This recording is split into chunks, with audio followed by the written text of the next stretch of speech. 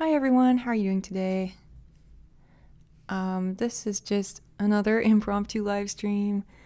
There's like a lot I have to talk about, but basically this is just going to be a really informal, rambling live stream. I don't have any like in-depth script here. We're just going to be talking about what I've been reading lately, what you've been reading lately, and other stuff on my mind. So, welcome Nikki, welcome anyone else watching. And so I feel like it's just been not a great year for YouTubing, making videos, vlogging. And I know I've just really been slack on the videos lately, but I actually, I think it was just this morning or last night, I was thinking about my YouTube channel, and I actually thought to myself, why am I making videos? Hello, Graybo. Welcome. Just an informal booktube live stream here. And I'm just going to stream of conscious ramble for a bit as people drop in. But yeah, I was thinking last night, why am I making videos? What right now, I've just had so much on my mind. Personal stuff, real world stuff, if you will. Just things that have been on my mind, things I would even consider making a whole other YouTube channel about. But then I'm like, I don't know.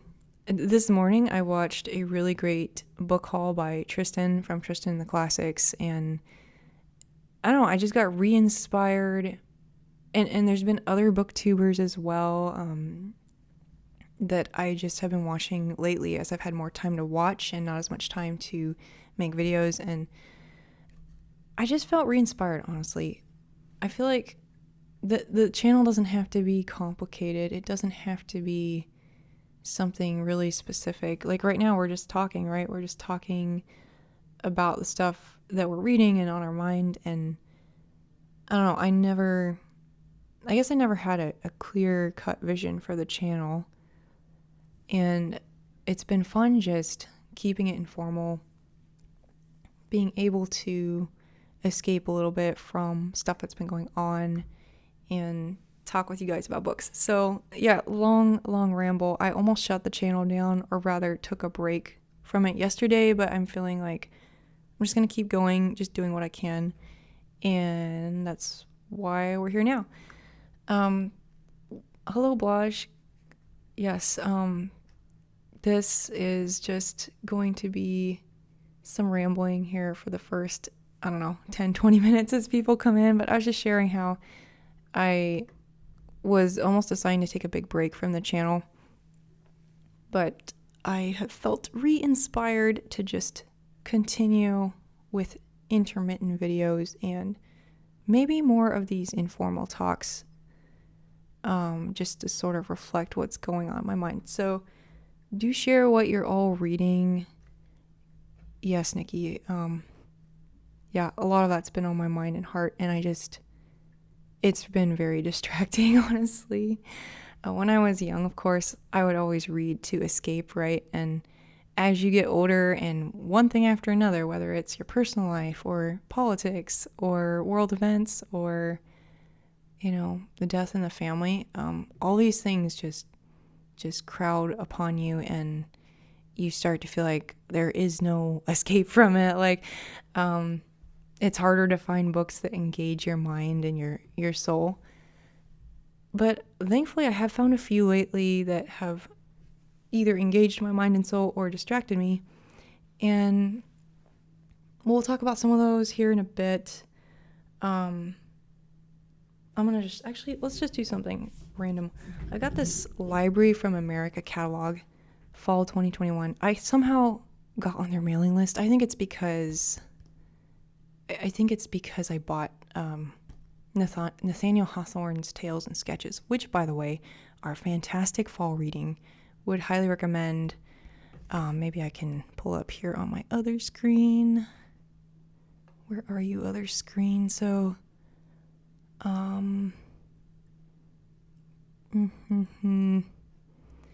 yeah, let's go to Google. So, Some of you, or most of you, probably familiar with the Library of America editions. They are very elegant hardcover editions, and they have this very minimalist but nice cover design. And so a while back, I got this book because I think I'd borrowed it from the library at one point, and I just really liked it. I actually should have brought it with me, but anyway, it's got Twice Told Tales, his famous short story collection, Mosses from an Old Manse, other Twice Told Tales, and then these two, A Wonder Book for Girls and Boys and Tanglewood Tales, are his very, very modified retellings of Greek myths. So, but they are enjoyable. I've read a few of them. Anyway, long story short, that's how I got my hands on these magazines, and I'm always curious to see what they're going to come out with. And really, American literature is sort of still a big gap in my reading. I'm getting better at filling that gap, but I'm curious,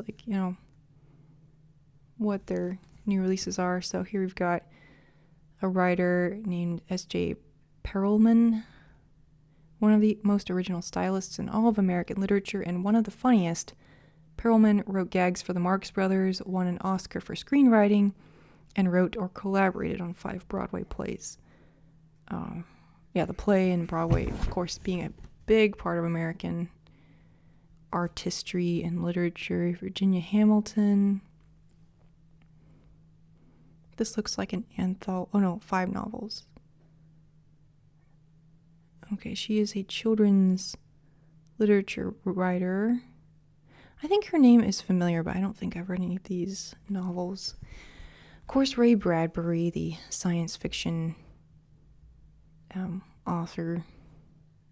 I read one story by him. I didn't like it that much, but I feel like I should read Fahrenheit 451 as part of my dystopian reading. Nikki asks, have you read The Scarlet Letter? I still haven't read The Scarlet Letter. It's been on my list forever. Yes, I need to do that. I've read almost all his other novels, and that one I just keep procrastinating on. Hello, Marty and BK. We're just doing an informal book chat here. Feel free to share what you're reading, any questions, or topics of conversation. John Williams, not the John Williams, the author, he's the author of Stoner, a very famous novel from the 60s, which I do want to read, and Butcher's Crossing, which is a Western, and, I want to get into Westerns as well. Excuse me. So that actually might be a very good one. Here's one I marked that, I don't know, just kind of appeals to me personally. American Christmas Stories, a bunch of short stories by various authors themed around Christmas. So you've got, big names like Jack London, Dorothy Parker, Christopher Morley. I believe is that the Christopher Morley who was a Sherlock Holmes expert? I might be getting him confused with someone else, but the name definitely rings a bell. Shirley Jackson. So yeah, I think this would be a solid collection, and I might put that on my Christmas list, actually. We shall see. W.E.B. Dubois or Du Bois. I've definitely heard of him. I have not read any of his work yet. These look like they are essays and important writings. World War II memoirs, The Pacific Theater, Molière, the complete Richard Wilbur translations. Read a couple of his plays, was it last summer, on another channel, and it was a really good experience because, plays and especially stuff from this time period are really out of my comfort zone, but I found myself enjoying them quite a bit. Grebo. I've finished today Fathers and Sons, and recently my Antonia, Washington Square, and The Good Soldier. Enjoyed them all. That's excellent. I've heard such good things about Willa Cather. My sister and my mom read her book, and they really enjoyed it. So I should probably check that out. And Fathers and Sons, of course. Butcher's Crossing was brutal and violent, but beautifully written. Yes. Well, that's good to hear. Rachel Carson, The Sea Trilogy. Well, you know how much I like anything themed around the sea. It looks like this is nonfiction, though. But still could be really good.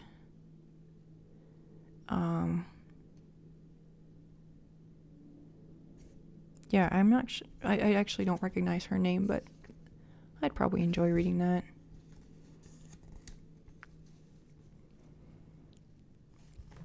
African American Poetry, 250 Years of Struggle and Song, edited by Kevin Young.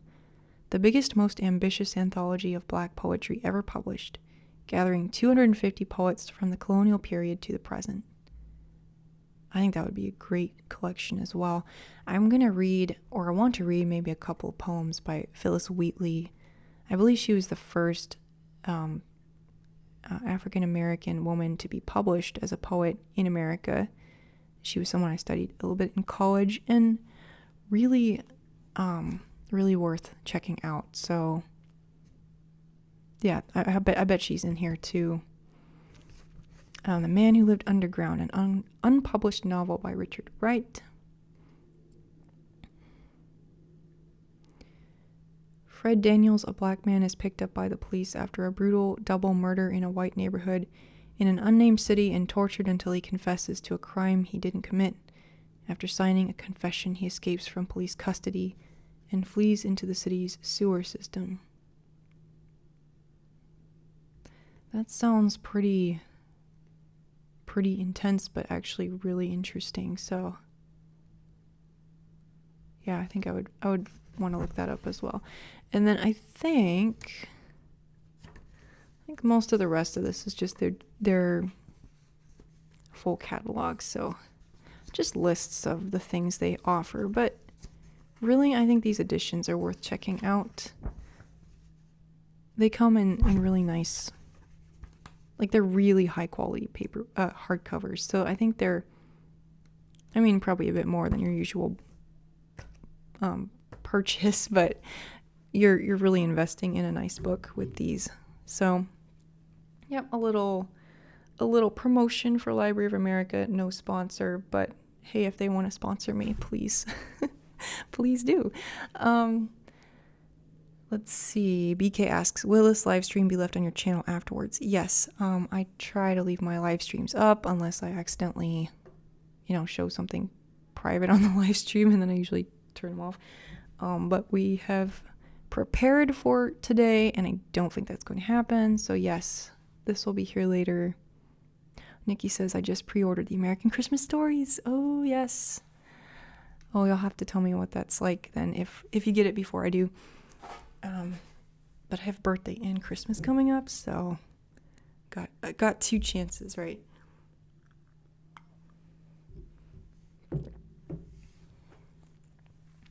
Tom asks, any Folio Society editions on your wish list? Always. Yes. I usually try to wait till there's sales, but I'll show you what's on my wish list from Folio because why not?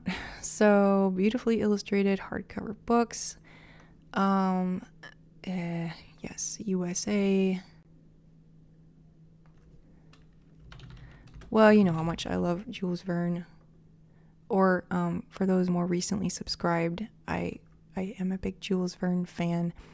So they recently published Around the World in 80 Days, and I'm really a sucker for design, art, especially cover art. And this comes with a beautiful map. Wish I could make this a little bigger. Oh, here we go.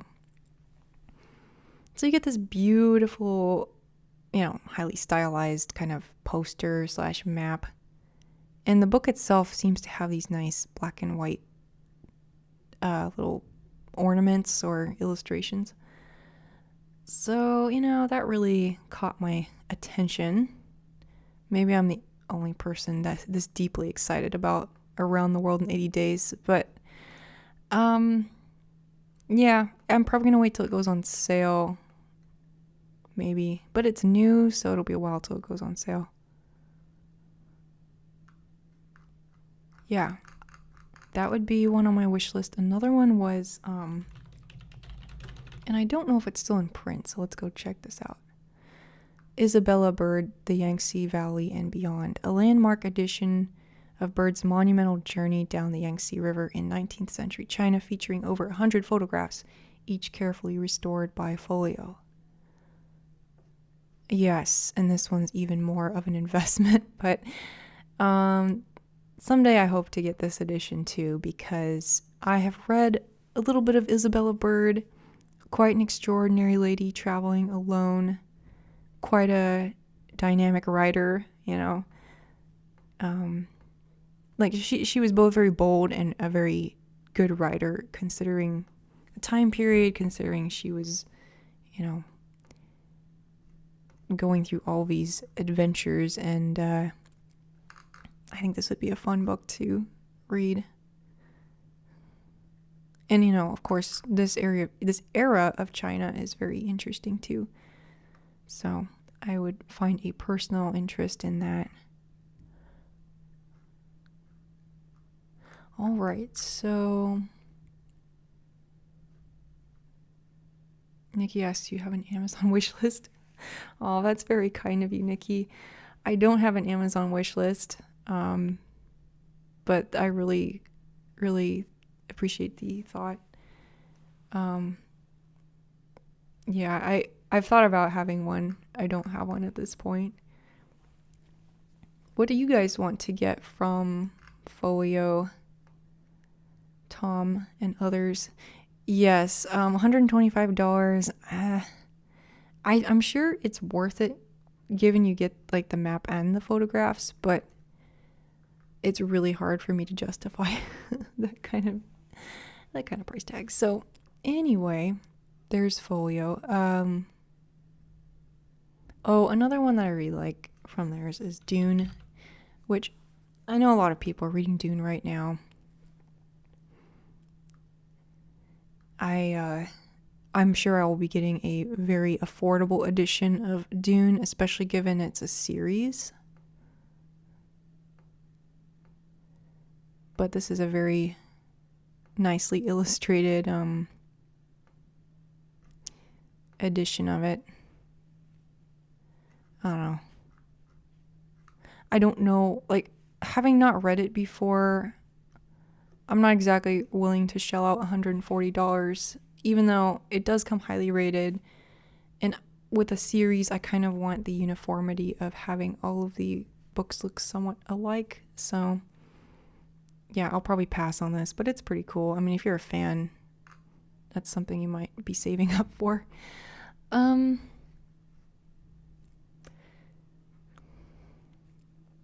Silent Spring just came out. I'd love to have, yes, I mean, a complete folio collection would be like truly awesome.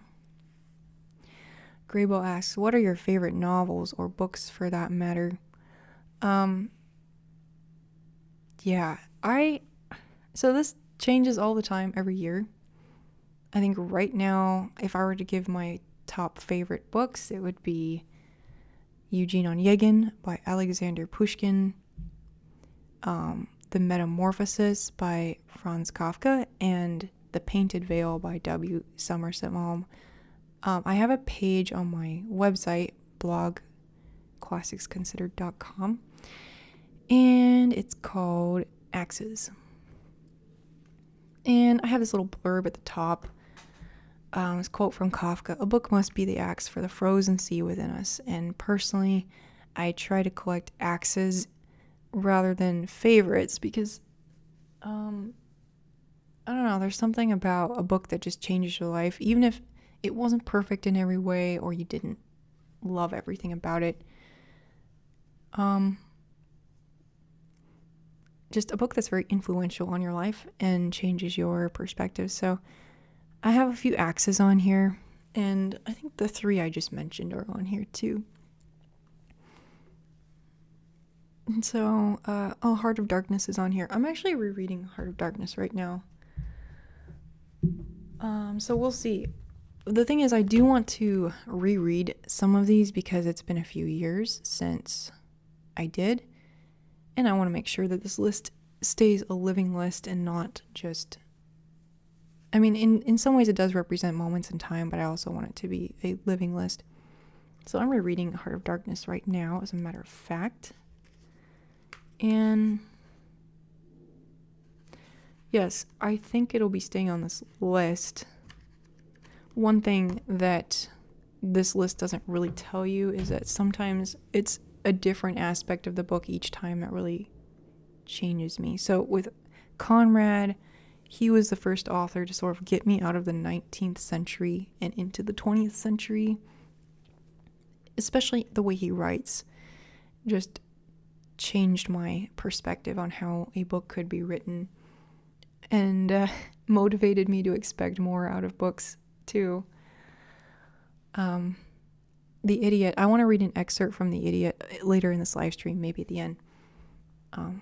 That's a book I think about pretty often, which is kind of weird because I only gave it 3 stars or maybe 3.5 stars at the time. But it's a book that just sits with me throughout life, which is kind of weird, I guess. But yeah, there's books like that. And I have a few more on here. I don't know if you can read it on mobile. It's kind of small, but I mean, of all these books, I think the one that I most recommend often is Man's Search for Meaning by Viktor Frankl, which is nonfiction. I think that's a book that most people can really benefit from.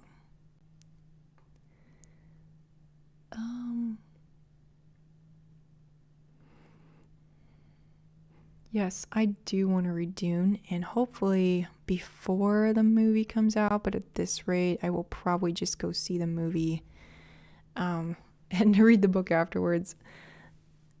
They keep pushing off the release date though, so who knows, maybe their procrastination will outlast my procrastination and I will actually read the book first. Graybo says hard to pack books and take them with you. Yes, it really is. I've moved once, and I can tell you that packing and transporting all my books and bookcases was kind of a small nightmare. And there is a chance I may be moving in the future. I don't think I can possibly part with my books, but I may have to get rid of some of the non-essential ones, like the ones that were like, I could leave them or take them. In that case, I usually take them to a bookstore to exchange or get some credit for. I might do a giveaway. It just depends on the book and other logistics. So,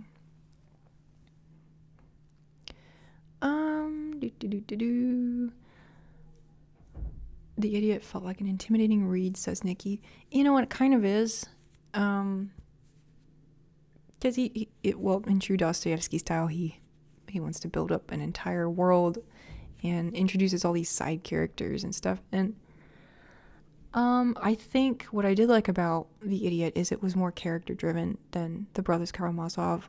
The Brothers Karamazov is this, tapestry is kind of an overused word, but I think it really does describe what Dostoevsky's doing and really portraying a culture and a nation as much as particular characters.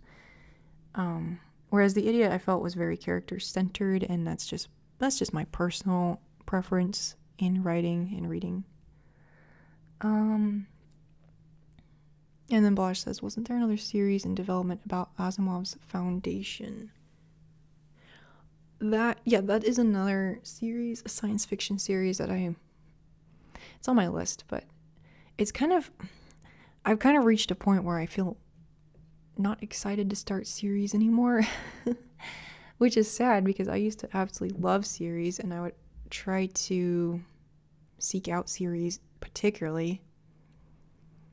I guess the busier you get, the less inclined you are to take on a large project.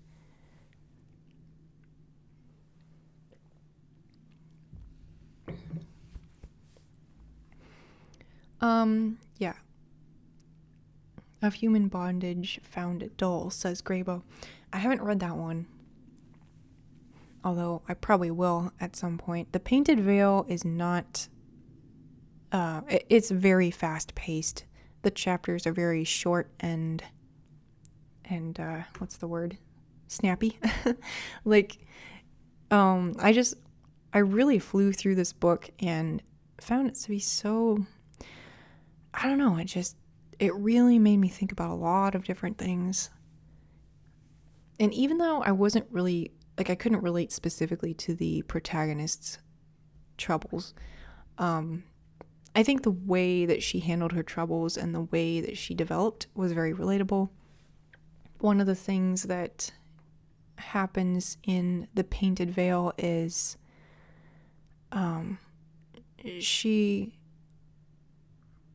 she ends up meeting various people, obviously, but she uses her conversations with people to, I guess, find answers, but I don't mean like point blank answers. Like, the conversations kind of make her, I guess, think about things differently and challenge herself in the way that she has been behaving throughout the book, which isn't particularly laudable. So I really liked her, and I liked how Mom redeemed her character in the end. I'm not gonna give it away, but I enjoyed how her character remained fairly consistent through the book, and yet she also went through this arc. So you never felt like Kitty became somebody else, but she really became the better version of herself. And I really, really enjoyed that.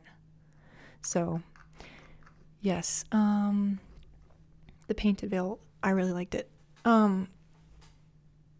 Let's see. So we're about half hour into this live stream. I'm going to share a couple things that I have been sort of reading. First one, I guess first I'll say I've been trying to read some spooky stories for October. So I read The Wendigo by Algernon Blackwood. And if you've never heard of Blackwood, he is sort of like Lovecraft. He's kind of renowned for his spooky tales, and that whole era of the late Victorians or early Edwardians, they were very much into these tales of the supernatural. And this story takes place in Canada. It's about a group of people who are hunting for moose, and of course they can't find any moose, so they decide to split up into smaller groups and go find the moose. And this one guide, Defago, he doesn't want to go where he's been sent, and he, obviously he's trying to be putting a bold face on it, but his companion, this clergyman in training, Simpson, is he can pick up on his guide's fears, and of course, well, things just sort of deteriorate from there. As with so many books from this era, it is a very dated book, more so than I would say even a lot of stories by Doyle. So, obviously you read that with a grain of salt, but the actual story was quite engaging. I enjoyed the suspense. It was actually quite a bit scarier and more creative than I expected. There were some good quotes. Laughter was a sign that terror still lurked in the recesses of his soul, that in fact it was merely one of the conventional signs by which a man, seriously alarmed, tries to persuade himself that he is not so. Blackwood does tend to go very florid in his writing sometimes, like something bad will happen and then he'll take this time to tell you, how bad it was and how scary that is. not as good as Doyle. Like, I always go back to Doyle. If you haven't read any of Arthur Conan Doyle's spooky stories, then you really should give him a try. I don't mean just Sherlock Holmes, although he does it there too, but he, like Lovecraft and some of these others, wrote tales of the supernatural and macabre. And he's so much better at it, honestly, as well as H.G. Wells. They're just much better at the showing and not the telling. But for all that, I still enjoyed The Wendigo. I'm going to read more books by Blackwood. And yeah, if you're looking for something in this genre, I don't think this is a bad read. And then, let's see. BK asks, thank you for the channel. It's a nice break from the daily stresses of life. Thank you, BK. That really does mean a lot to hear. And you ask, do you like Greek mythology at all? I do. When I was a child, I read a bunch of Greek mythology, mostly, versions for children where some of the more problematic stuff was taken out. Actually, one of my axes that we were talking about a minute ago was Till We Have Faces by C.S. Lewis, which is a retelling of Cupid and Psyche. Now, that was actually a mythology that I had not... it was a mythological story I had not read about before, so I didn't come into it with a lot of knowledge, but I really enjoyed this retelling.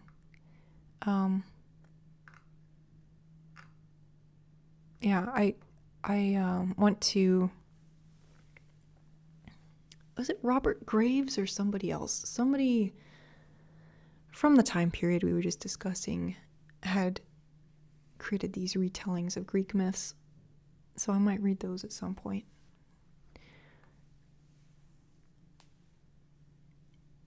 Nikki says, the ending of the movie of The Painted Veil was so different from the book.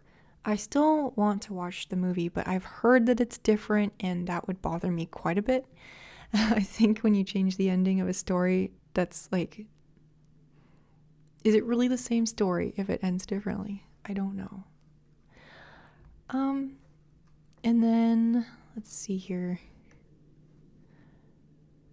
I'm trying to remember what I was doing. Oh yes, I was going to tell you what I've been kind of reading lately on and off. Let me take a break for a minute.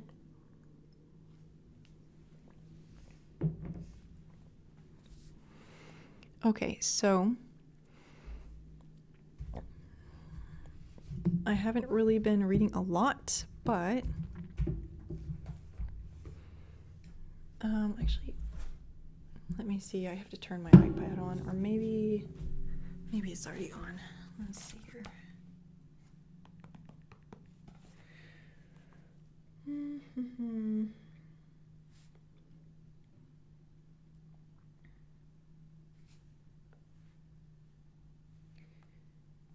Okay, so I've been reading this novel called Panorama by a Slovenian author, and this is for our Reading the World challenge. Let's see if it'll show up clearly. Maybe. No, blurry. Okay. This book, so Blaj, who I've been reading these books with, has kind of introduced me to this concept of a literary travel fiction. So it's kind of like a memoir, but it's also a novel because there's that freedom and fluidity of fiction and fact, and it's really quite interesting. This particular novel is, as you might imagine, themed around, well, a lot of things, but the sea certainly plays a big role in the story, and I'm enjoying it. It's a very slow-paced read, very introspective, and kind of jumps back and forth in timeline. But I'm liking it so far, about halfway, and going to finish it today. At least that's the plan. But I don't want to rush through it because it's just one of those books that you have to sort of take your time with and kind kind of reflect on the things he's saying about whether it's a place or the people that he's meeting, or other more sweeping topics like immigration and identity, culture. This was a quote I liked. I will remember this night. I will always think of everyone I care for. I will repeat their names like a castaway, just as I do now in this terrible hour. I will not forget. I will remember with the same ardor and delight with which I gladly remember what is beautiful and good. So it's very poetic, and the writing is truly beautiful. Even coming through the translation is just remarkable. There's been some really interesting commentary on our digital lives and digital minimalism or digital maximalism, depending on where you're coming from. And of course, that's interesting to me because I'm kind of into that topic already. Here's another quote I really, really liked. Your true home is where you believe the fairy tales, Jane said. I liked that a lot. So yeah, there's a lot of gems in this book, and just making my way through it a little slowly, but savoring the prose and the scenes from this person's experiences.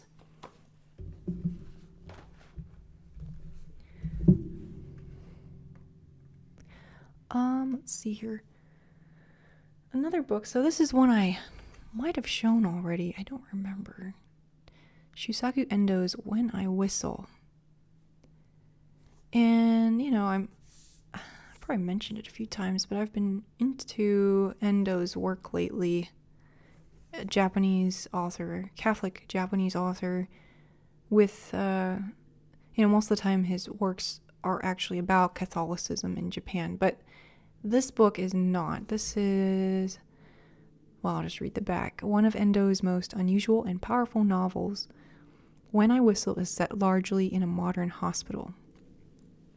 On a commercial visit, a jaded businessman has a chance encounter that reminds him of his best friend at school, and memories are stirred of a former love interest, Aiko.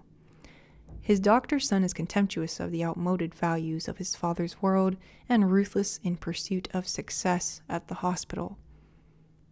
The story moves towards a terrible climax when Aiko, now middle-aged and suffering from cancer, is admitted to the hospital, and Ozu's son chooses to lead the way in experimenting on her with dangerous drugs. So this book promises to be pretty intense. The first beginning actually has been quite charming. It's actually just been about this man reminiscing about his childhood and experiences at the school. So yeah, I find that I feel like Endo's just a very underrated Japanese author in many ways. Everyone talks about Silence.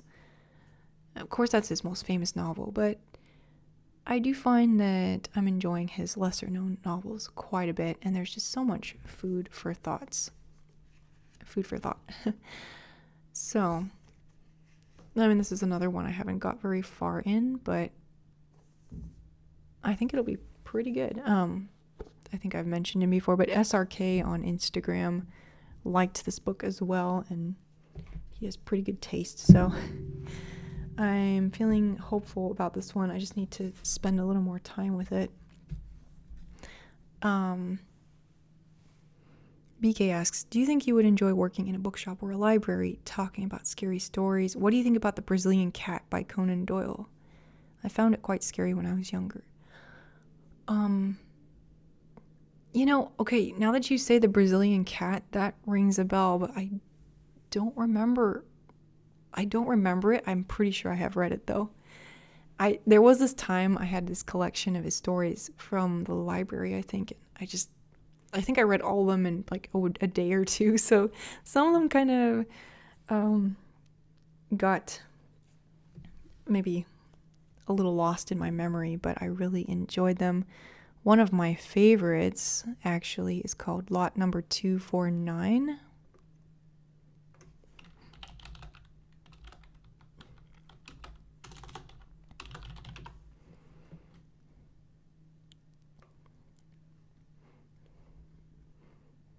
And if you're into spooky stories, especially with an Egyptomania angle to them, lot number 249 is just, it's a blast. It's really cool.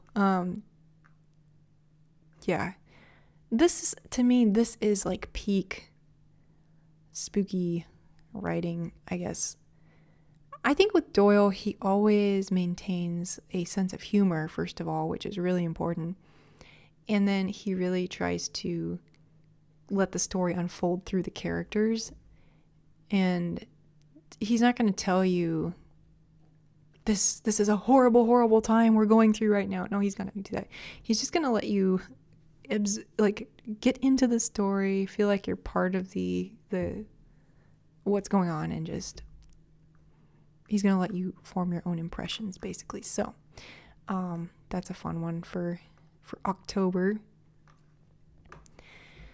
I actually did work in a library in high school briefly. I was a volunteer, but I remember the librarian saying, I don't think there's a job here you couldn't do. And I just felt so like that was one of my proudest moments, I guess. Or maybe she was just saying that being a librarian isn't like it's more of just the sort of things I was doing as a volunteer, which was locating books and cleaning books. I was taking surveys at one point. Honestly, I have to say I didn't enjoy it as much as I thought I would. I think especially nowadays, the library is more than just books, and it's more than just the joy of reading. I mean, people go to the library for all kinds of reasons, and they're all mostly good reasons, right? But I think what I really enjoy is the joy of reading, and maybe I would fit better in a bookstore. I used to think I'd love to own a small bookstore, maybe with a tea shop or something to go with it, a gift shop maybe. And I think, and it would be like a very highly curated bookshop. So, we'd have a few of the mainstream titles, but we'd also try to be one of those destination bookstores that you go to when you travel. So yeah, I don't think I'm ever gonna own a bookstore, but that would be a dream of mine, honestly. I think I will read The Brazilian Cat, BK, and it'll either jog my memory or I'll be completely surprised all over again. So either way, it's going to be great.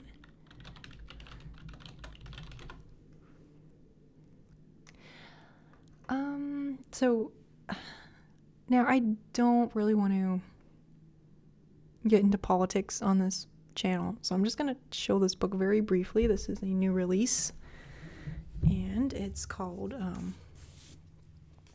Forward, Notes on the Future of Our Democracy by Andrew Yang. Andrew Yang ran for president in the last election, was famous for being a proponent of universal basic income, and someone who warned about the dangers of automation to American jobs and to just jobs in general. I really enjoyed his first two books, Smart People Should Build Things, which is about being an entrepreneur, and then The War on Normal People, which was his campaign book. But really, it was more than a campaign book. It was filled with charts and data, and just sort of trying to educate people on the economic challenges we have right now in America. So if you're not into politics even, I think he's a great writer. I think his information is valuable. Even if you disagree with his solutions, he's very good at outlining the problems in a fairly centrist way. And I think we need more voices like that. So I've started this, really enjoying it.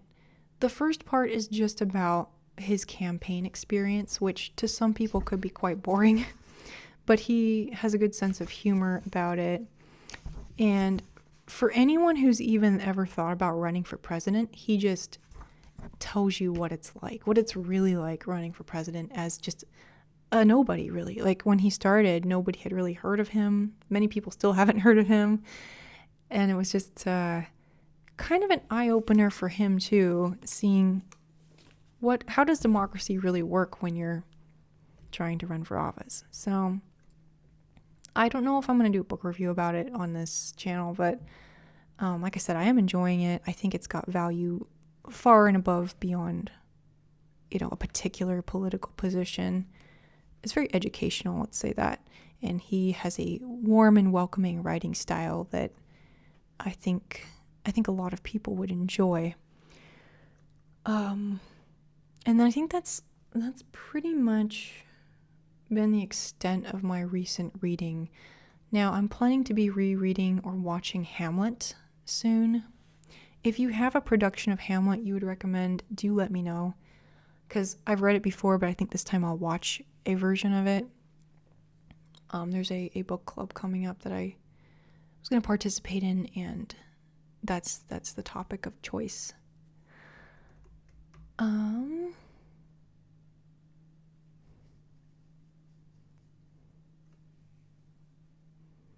And yes, New York Review books. I've started collecting the New York Review books through the Reading the World challenge, and really like their editions too.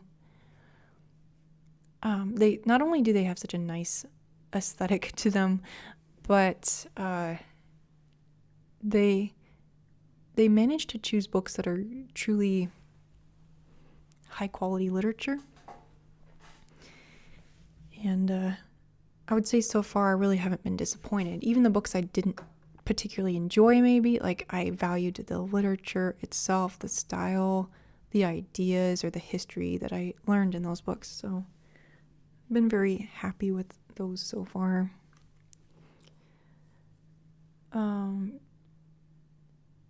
Yeah. Okay, so that's kind of what I've been reading lately. And I didn't really have anything planned for the rest of this live stream. Maybe what I'll talk about a little bit is the channel itself. If I'm gonna be a little bit meta here. So I've been making videos since 2018-ish. Now the first videos were kind of sporadic, so I wasn't really a YouTuber per se. I really got into it, I think, in autumn 2018, 2019. Hello to M Horter 4. I'm new to your channel and excited to catch a stream. Welcome and thank you. This is a very informal live stream. We've been talking about what we've been reading. Do share what you've been reading lately, and I've been sharing what I've been reading, and books that are on our wish list. So let me know what yours are. Right now, though, I'm going to talk a little bit about the channel and just sort of lately what I've been thinking about it. So recently a pretty well-known booktuber released a book, and I don't want to make this commentary about them. I think that that's not really where I want to go with this. But basically they released their own writing, and there was a huge backlash against it and a lot of criticism, and some of it rather impolite. Whether well-deserved or not, that's debatable. I haven't actually read their book, but just the manner in which the criticism was delivered was a bit intense. So lately, actually, I have been working on my own writings. I'm working on a poetry book, which I hope to release, but I'm planning to keep it pretty separate from this channel. And in part because I don't want to... I want to make sure that I have that space, right, to develop as a writer and not feel this pressure, because on this channel we talk about, we try to talk about the greatest writers of all time, and, truly time-tested works, right? And so when you're just a young writer or you're just starting out, it's very unlikely you're going to be an instant classic, and really that's kind of an oxymoron. So I don't want to bring my own writing to this channel at this point, or at least in very small amounts. So I'm not sure if I'm going to start a second channel. I do have a website, but I'm not really ready to advertise it heavily yet. I want to get my book a little bit further along, and it's getting there. I think I have almost 60 pages of poems, and trying to choose the very best ones, because I've been writing poetry for several years, and I have a lot of poems, but that doesn't mean they're all good poems, right? So it's actually been pretty challenging to choose. It's not like writing a book where you've got your beginning, middle, and end already sort of figured out. The poems could go literally anywhere. And I don't know about you, but when I pick up a book of poems, I just go to the table of contents and I choose the titles that look interesting to me, and I just jump to those poems. So all of my hard work may be for naught. But anyway, that's a tangent. I was talking about this other YouTuber who had released a book recently and gotten a bunch of backlash. And it led me to think about, how do I review books and what is the best way to give critique? And I actually have some notes on this, so I'm going to just see if I can pull those up quickly on my screen. Oh, here they are. And I don't know, but I might do a full video on this later. Blush says, haven't been reading anything outside Panorama and some poetry. Yeah, I've just been very busy as well. So part of my reason for reading, apart from being distracted by stuff, is just work has been pretty busy lately. So it hasn't left me a lot of energy to be reading and stuff. But yes, how to give good critique was an outline for a video that I started writing. And I think as I've been sort of pondering this, trying to understand what my channel is and like what, am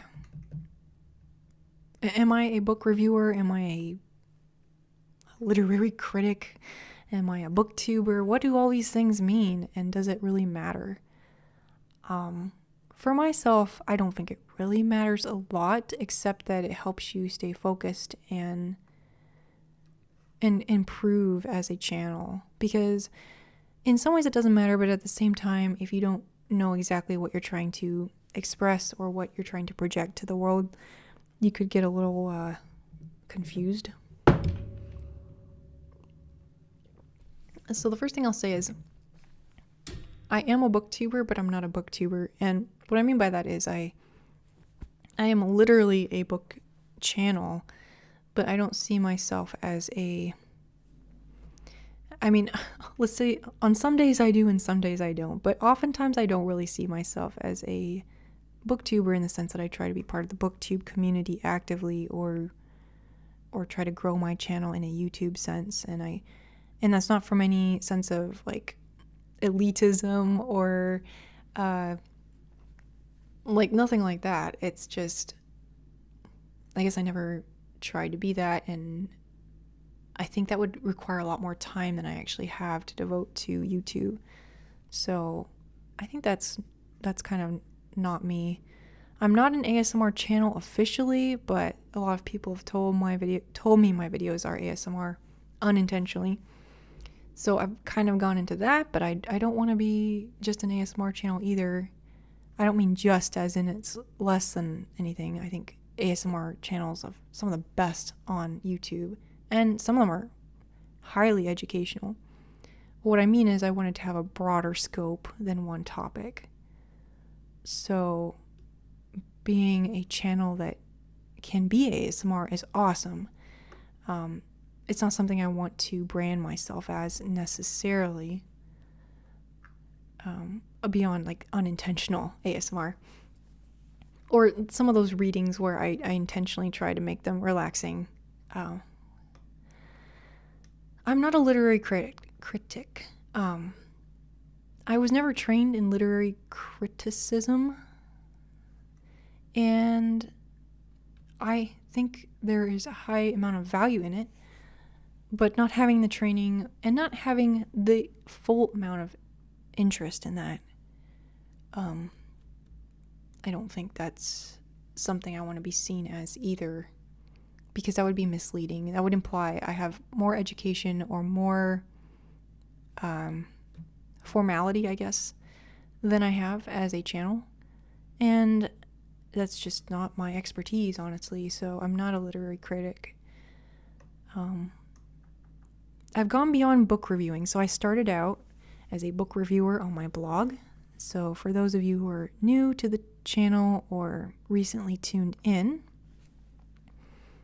I have a blog, classicsconsidered.com. And this is where it all began. Actually, I had a blog before this, 2 or 3 blogs, but ultimately the blog is where it started. I always had a book blog of some kind since about 2009. And I started out as reviews, just telling what the book's about, what I liked about it, what I didn't like about it. And I think book reviewing is a very valid endeavor and something I still do.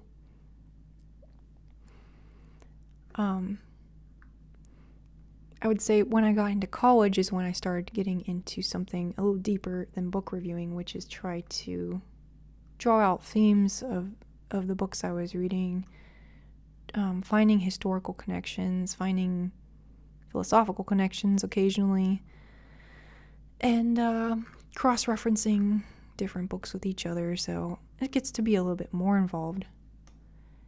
And yeah, so I'd say where I fall now is sort of like a critical book reviewer. And I'm not sure like if that's really a thing, but that's what I try to be. So I'm doing book reviews, but I'm trying to get a little more in depth and try to be critical in the sense of, analyzing the text and analyzing the writing. So, which I guess is really the same thing. Anyway, yeah, I have like a couple pages of notes on this entire topic. So maybe I'll still do a video about that, but all in all, I think what I'm trying to say here is my channel is the nichest of the niche channels, and that's okay. And I don't think I'm going to be quitting anytime soon, even though I've thought about it a couple times. And we have much more critical book reviewing to do. M. Horder says, just finished The Island of Sea Women. It was a very good historical fiction book. I picked up House of Leaves and plan on starting it this weekend. Excellent. Island of Sea Women, I was just looking at that at Barnes & Noble, and it's been on my list a while, so I'm really glad to hear it was a good read, and I hope to be reading that too. In fact, maybe I should have picked it up at Barnes & Noble. But when I got this new release, this was already a little bit of a splurge for me. So I was like, I better just get what I came for and then go home. Graybo says, I have the version by Olivier, but haven't watched it yet. Hamlet. Okay. I bet that would be really good. So, let's see where we are for time. We've been live streaming about an hour. I think I'll do one more round about what I've been reading, at least some of the earlier things, and then we'll wind down. If anyone has any last thoughts or questions, please let me know. And ideas for videos, that's always welcome too. Somebody had told me they'd like to hear more about The Secret History, and I think I'm not going to. I'm afraid. I don't know. That was a book I don't even really feel like talking about, so I don't know. I'm probably not the best person to be talking about it either, because I really didn't like it. But stuff I've been reading. I'm rereading Heart of Darkness. I have finally read the critical essay by Chinua Achebe, where he criticizes Conrad for being a racist and really puts this novella through the ringer. And so I want to do a video on that critical essay and this novella. When I finished rereading it, I'm reading When I Whistle by Shusaku Endo, which is a Japanese novel from, well, the translation's from, the novel was published in 1974. The translation was 1979. Anyway, it should be a really good book. And I'm reading Panorama by a Slovenian author. I'll show you the cover because it's a very cool cover.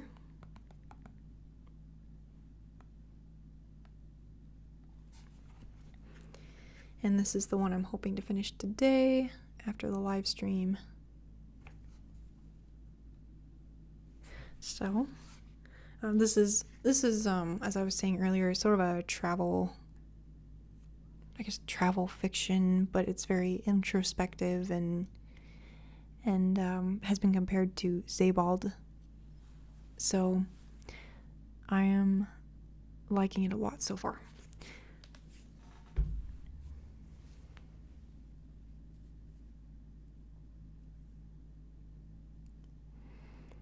Blage says, have you seen the new Nobel Prize winner for literature? I have not. Let's see.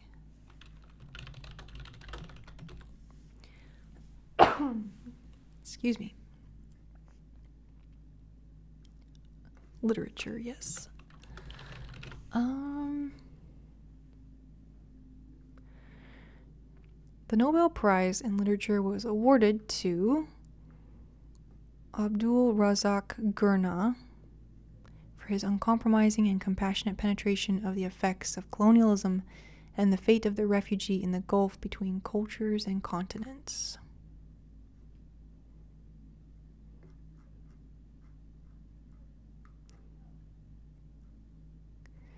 Gurnah was born in Zanzibar and active in England.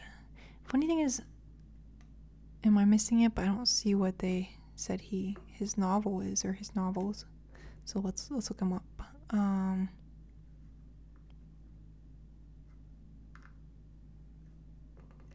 Okay, I guess I have to search for him and to see what he wrote.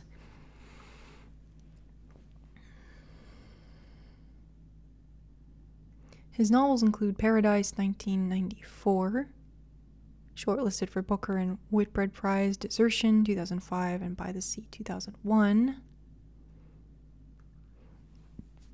This might be a good choice for Zanzibar.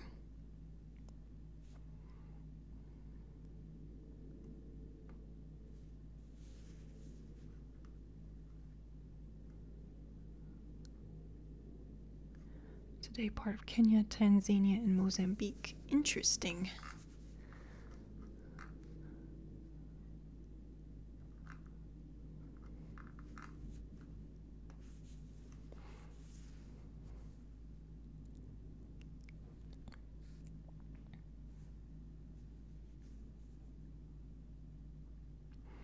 Felicity Hand suggests that Gurnah's novels Admiring Silence, By the Sea, and Desertion all concern the alienation and loneliness that emigration can produce, and the soul-searching questions it gives rise to about fragmented identities and the very meaning of home. That sounds quite a bit like some of the themes from Panorama, and something maybe I could even personally relate to as a daughter of an immigrant. That would be very interesting. So we'll have to do some more research on this author. That's cool.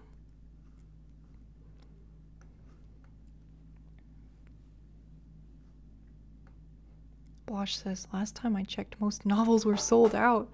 Oh no. They better start printing some more of his work if he's won the prize. They should have prepared for that, I would say, in advance. But yeah, it's been fun reading books from all over the world and discovering authors I'd never heard of before. It's been awesome. And reading more modern books too has been helpful. So again, this channel focuses a lot on older books and what we call classics in the Western canon. But reading newer stuff helps too. Like, it helps you evaluate the older works, and it's going to be fun to see which of these books really sticks around long term and,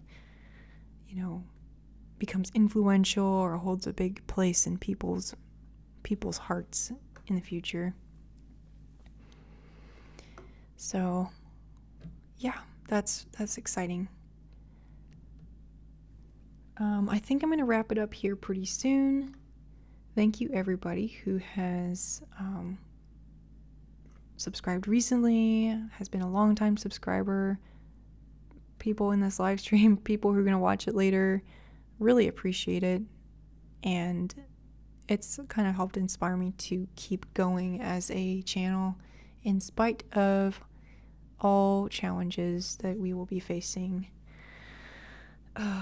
So let's read an excerpt from The Idiot, because that's what I wanted to do on this live stream.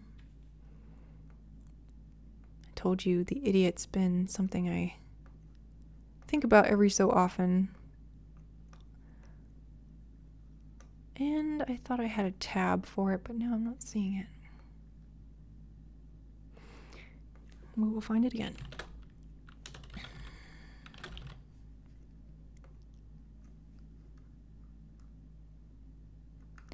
So for those of you who have not read The Idiot by Dostoevsky, it's about a young man coming back from Switzerland, a young Russian man who has epilepsy and probably some mental illnesses as well.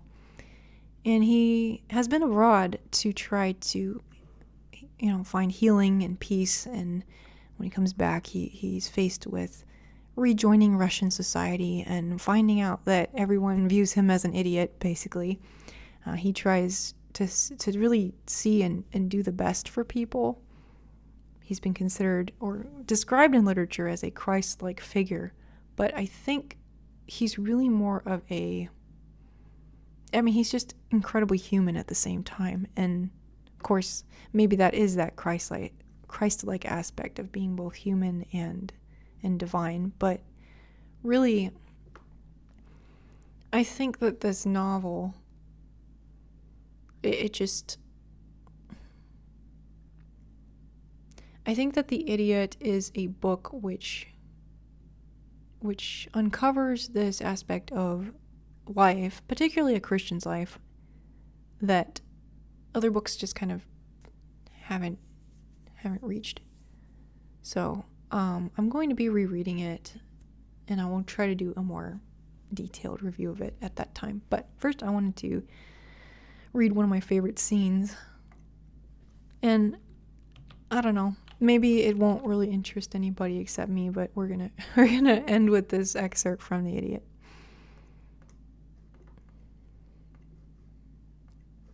This is towards the end of the novel, but there's no spoilers, so.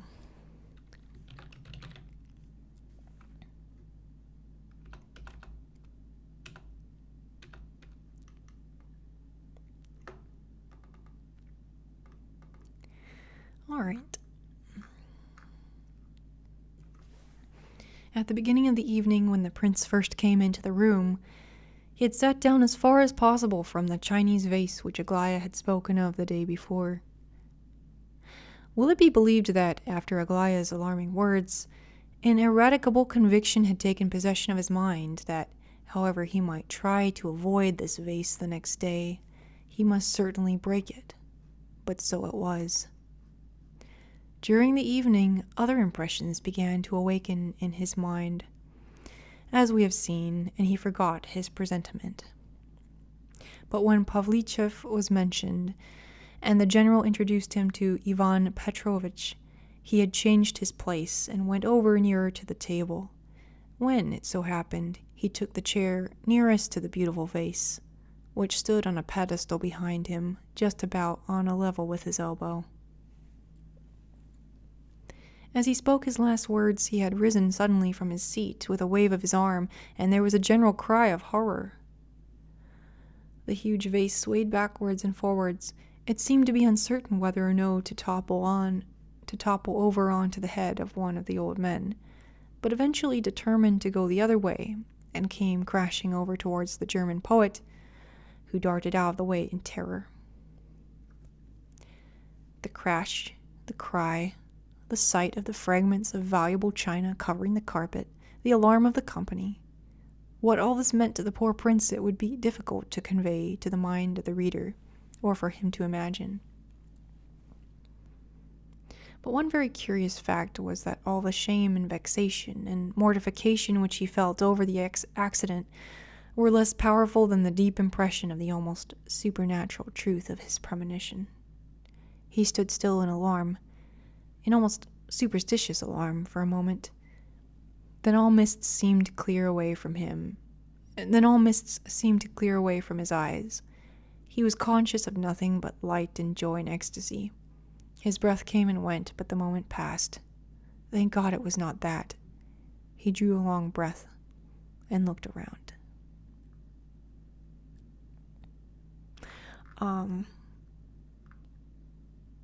I was thinking recently about scenes that involve some kind of violence, I guess, in literature, and why you would write a scene with violence in it. You know, nowadays it's very run of the mill to have extreme violence and maybe language and other things in your book just as a matter of fact, and I think Hollywood has really made that to be expected, actually. And with literature nowadays often following a cinematic formula instead of a literary formula, which don't want to get into that really here, but I was trying to think about scenes that involve some kind of violence, or here it's accidental, obviously. And it's so effective, I think, because in this book, I mean, there's plenty of drama, but this moment really represents, I mean, it's towards the end of the novel. It represents literally a breaking point for Prince Mishkin, and it, like, there's this kind of highly psychological element to it where he sees it coming, right? And yet it happens, and it's such a wonderful moment of foreboding, and it's so mundane, and yet it just works so well as this last calm before the storm, if you will. So that's the kind of thing I like to see in literature. That's the kind of use of some accident or violence that I think is very effective, especially coming after pages and pages of dialogue and other things. But yeah, I really like the vase scene from The Idiot. So, yep, that's all I had for this live stream. Thank you everyone who tuned in. It's been a lot of fun, and like I said, I don't really have a grand plan for the channel at this point, but I'm going to keep making videos as I can on things that I find interesting, and yeah, we'll see where we go. Thanks for watching. I'll see you next time. Bye.